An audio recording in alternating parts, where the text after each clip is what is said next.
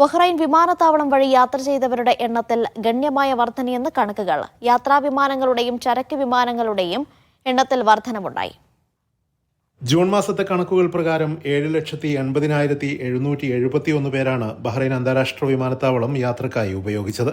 ഏറ്റവും കൂടുതൽ പേർ യാത്ര ചെയ്തത് ഇന്ത്യയിലെ ഹൈദരാബാദിലേക്കാണ്. ഗതാഗത ടെലികമ്മ്യൂണിക്കേഷൻ അതോറിറ്റിയുടെ കണക്കുകൾ അനുസരിച്ച് 14,133 പേരാണ് ജൂണിൽ മാത്രം ഹൈദരാബാദിലേക്ക് യാത്ര ചെയ്തത്. ഇത് മുമ്പത്തേതിനെ അപേക്ഷിച്ച് 67% വർധനവാണ്. ജൂൺ മാസത്തെ കണക്കുകൾ അനുസരിച്ച് ആകെ 8,011 വിമാനങ്ങളാണ് ബഹ്റൈൻ വിമാനത്താവളത്തിൽ ഇറങ്ങുകയും പുറപ്പെടുകയും ചെയ്തത്. 4,007 വിമാനങ്ങൾ പുറപ്പെടുകയും 4,004 വിമാനങ്ങൾ രാജ്യത്തിറങ്ങുകയും ചെയ്തു.